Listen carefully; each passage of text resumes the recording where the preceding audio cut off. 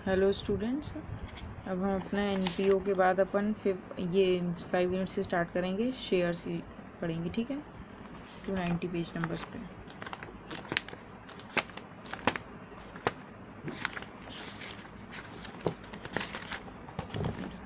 Companies account पढ़ेंगे, issue of shares, ठीक है। Company is the most important form of business organisation in the present industrial age. Company क्या है, बहुत important form होता है बिजनेस ऑर्गेनाइजेशन का, क्योंकि हर कोई आजकल कंपनी खोलता है, हर चीज़ की कंपनी होती है, ठीक है। It is recognised as a foundation of a modern economy. Company क्या है, और रिकग्नाइज फाउंडेशन है मॉडर्न इकोनॉमी की, ठीक है। In the developed economy traditional business organisation like sole trader and partnership have failed to fulfil the financial managerial and other needs of big businessman. अब इसमें क्या बोल रहा है, जैसे जैसे इकोनॉमी डेवलप्ड होती जा रही है, जो ट्रेडिशनल बिजनेसेस हैं जैसे सोल ट्रेडरशिप, अकेले जो बिजनेस करते हैं, पार्टनरशिप बिजनेस है, ये सब क्या है, ये फेल हैं। तो इसलिए अपन ने फिर इस वजह से क्या हुआ, जॉन स्टॉक कंपनी या फिर कंपनी ये सब शुरू किया है, ठीक है। तो अपन इस पर कंपनी के बारे में पढ़ेंगे। तो नेचर ऑफ कैपिटल, ये जो हाईलाइट यहाँ से, nature of capital of a company differs from capital of other business organisation which is called share capital. अब देखो, अब कंपनी में जो कैपिटल का जो नेचर होता है, ये जो अपन ने अभी पढ़ते थे बिजनेस से, उससे बिल्कुल इसका अलग होता है। उसी को हम शेयर कैपिटल बोलते हैं। इसमें जो कैपिटल होता है उसको शेयर कैपिटल बोला जाता है, ठीक है। जो अदर बिजनेस फॉर्म, पार्टनरशिप और जो अभी अपन पढ़ रहे थे उससे बिल्कुल वो अलग होता है, ठीक है। अब मीनिंग और डेफिनेशन क्या है, कंपनी की डेफिनेशन देखें तो ये जो बोल्ड लेटर्स पे लिखा है, ये डेफिनेशन बिल्कुल सही है। और अगर आपको एक्ट के उससे देखना है तो ये भी है, सेक्शन 220 ऑफ कंपनीज एक्ट 2030 में defined as a company to a company incorporated under companies act 2013 any previous company law. अच्छे समझ में नहीं आएगा, इसलिए ये वाला डेफिनेशन अच्छा है। अ company is an artificial person. Company क्या है, एक आर्टिफिशियल पर्सन होता है। बिल्कुल आर्टिफिशियल पर्सन क्यों बोला गया, क्योंकि कंपनी को, क्योंकि बिल्कुल एक जो एक जिंदा इंसान है, बिल्कुल उसी की तरह उसको ट्रीट किया जाता है। और कंपनी तो जिंदा है नहीं, इसलिए उसको आर्टिफिशियल पर्सन बोला गया है। क्रिएटेड बाय लॉ, जिसको किसने बनाया, लॉ ने बनाया है। Having a corporate and legal personality, जिसकी कॉर्पोरेट और लीगल एक पर्सनैलिटी होगी, मतलब जैसे इंसान को ट्रीट किया जाएगा बिल्कुल उसी तरह उसकी भी एक पर्सनैलिटी होगी।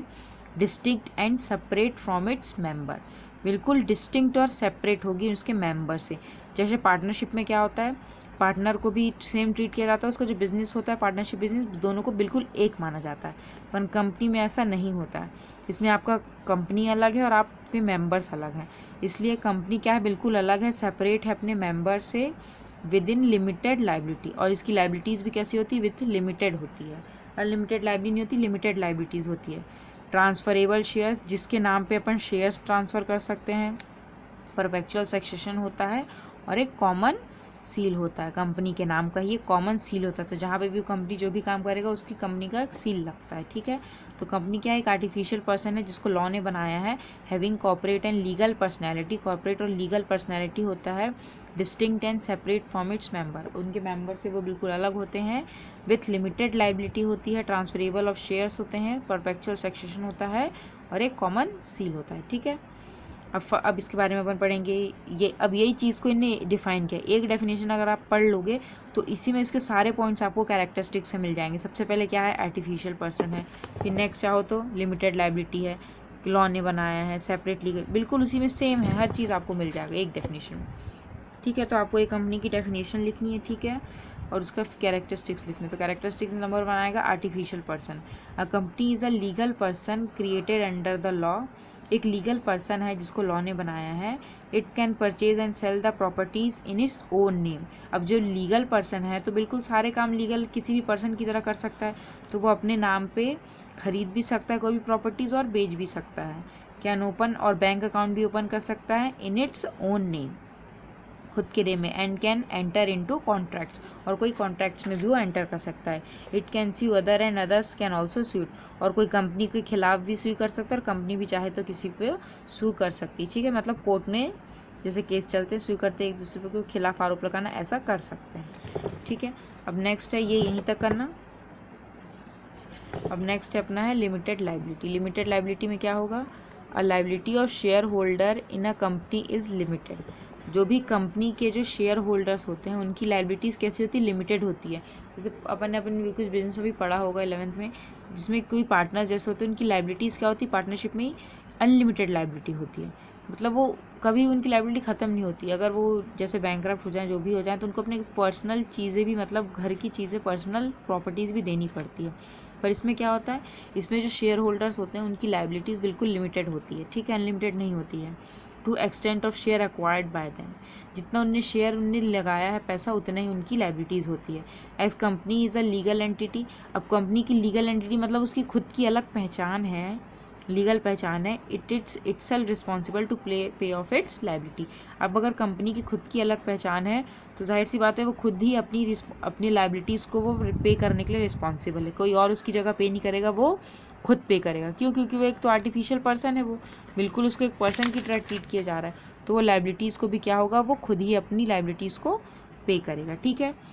इन case of need a share holder can be called upon to pay only the unpaid amount of his her share. Share holder को कब बोला जाएगा, अगर उसने अपने पैसे के अमाउंट पे नहीं करे, अपने शेयर्स पे पैसे पे नहीं करे, तभी शेयर होल्डर अब पे करेगा, और उससे ज़्यादा वो कंपनी के लिए कुछ भी पे नहीं करेगा। तो यहीं तक करना इसकी, ठीक है, समझ में आया लिमिटेड लायबिलिटी का मतलब। नेक्स्ट है separate legal entity. Separate legal entity means क्या होता है, भी बताया था। अ company is a legal person and it's entity is quite distinct and separate from its member. वही सेम बात बोल रहा है। कंपनी एक लीगल पर्सन है, उसकी एंटिटी क्या है, उसका जो भी पहचान है वो बिल्कुल अलग होगा, उसके मेंबर से बिल्कुल अलग पहचान होगी। Since a company is distinct, a creditor of such company can sue only the company for his her debts not to its member. अब इसमें क्या बोल रहा है, अगर उस कंपनी की लीगल पहचान है तो अगर कोई भी उस पर जैसे सू करना चाहे उसको, तो कंपनी को ही कर सकता है, उसके किसी मेंबर्स को वो सू नहीं कर पाएगा, ठीक है। तो इसका यहीं तक करना काफ़ी है इतना। परपेचुअल सक्सेस एग्जिस्टेंस में मतलब क्या होता है, the existence of a company is of permanent nature. वही परपेचुअल सक्सेशन मीन्स क्या होता है, वही यहाँ पे था, वही सेम चीज़, उसकी क्या परमानेंट एग्जिस्टेंस होनी चाहिए। The existence of the company is not affected by retirement, death और यूनिसी और insolvency of its member.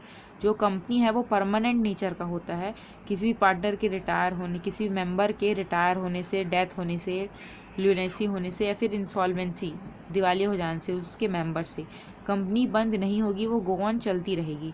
Share holder में कम एंड शेयर होल्डर्स में गो, कोई भी शेयर होल्डर आते जाएंगे, शेयर होल्डर जाते जाएंगे, but companies go on forever. Company कभी बंद नहीं होगी, हमेशा वो चलती जाएगी। कब तक, unless it is wound up according to the companies act. Company हमेशा चलती रहेगी जब तक वो कंपनीज एक्ट के तहत वो वाउंड अप मतलब ख़त्म ना हो जाए, ठीक है, एंड ना हो जाए कंपनी, वाउंड अप। उसके कोई कंपनी के कॉन्ट्रैक्ट बेसिस होते हैं, उसका कॉन्ट्रैक्ट पूरा होता है तो वो अपने आप वो कंपनी अपनी मिट जाती है, ठीक है, तो उस बेसिस पे बोल रहा है। परपेचुअल सक्सेशन मीन्स चलते रहना, कोई भी आए कोई भी जाए, कुछ भी हो उससे फ़र्क नहीं पड़ना, ठीक है। कब कब फ़र्क पड़ेगा उसके एग्जिस्टेंस को, जब कंपनीज एक्ट के अकॉर्डिंग उसको अपन वाउंड अप करेंगे तब। नेक्स्ट रिप्रेजेंटेटिव मैनेजमेंट, ठीक है, कैसा मैनेजमेंट होना चाहिए, रिप्रेजेंट, इसको यहाँ तक कर लेना, ठीक है, ये यहाँ तक। रिप्रेजेंटेटिव मैनेजमेंट में company is manage by representative system. Representative system से कंपनी को मैनेज किया जाता है। The share holder of company choose some members along themselves and give them the duties and authority to direct these are collective goal board of director. वो इसमें क्या बोल रहा है, रिप्रेजेंटेटिव सिस्टम होता है, मतलब कुछ हेड्स होते हैं जो कंपनी को पूरी चलाते हैं। तो उसमें कौन कौन होते हैं, शेयर होल्डर्स जो होते हैं कंपनी के, वो कुछ मेंबर्स को चूज़ करते हैं, ठीक है, सब मेंबर्स को वो चूज़ करेंगे और उनको ड्यूटीज़ और अथॉरिटीज़ दिए जाएगा डायरेक्टर्स की, जिनको डायरेक्टर्स भी बोलते हैं। और ये सब पर्सन जो भी बोर्ड ऑफ जो भी ये सब शेयर होल्डर मिलके जो रिप्रेजेंटेटिव वर्क, जो ड्यूटीज़ और अथॉरिटीज़ का काम करते हैं, उन सब शेयर होल्डर्स को मिला के क्या बनता है, बोर्ड ऑफ डायरेक्टर्स बनता है। They enjoy the right to take every decision of the company. तो सारे डिसीजंस कौन लेते हैं, बोर्ड ऑफ डायरेक्टर्स होते हैं, जिसमें शेयर होल्डर्स जो है इंक्लूड होते हैं, ठीक है। इसमें लिखना है, यहाँ से लिखना, the share holder of a company choose some members along भी, ये फिर यहाँ तक करना, ठीक है, इसको यहाँ तक। नेक्स्ट है free transferability of shares. Free transferability of shares means क्या होता है, the share of a company can be transferred freely and without any restriction.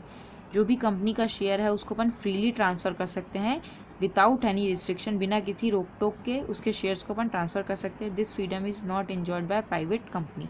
पर ये जो फ्रीडम है ये सिर्फ पब्लिक कंपनी के लिए, जो गवर्नमेंट के तहत जो कंपनीज आती है सिर्फ उसी के लिए है, ये प्राइवेट कंपनीज के लिए नहीं है जो अपने शेयर्स को ट्रांसफ़र करे। ठीक है, नेक्स्ट क्या है, कॉमन सील। कम से कम इसमें से 7-8 पॉइंट्स तो आपको लिखने हैं, ठीक है, जो अच्छे से आपको याद रहे। अब कॉमन सील का मैंने बताया था उसके नाम में अलग से एक सील बनती है।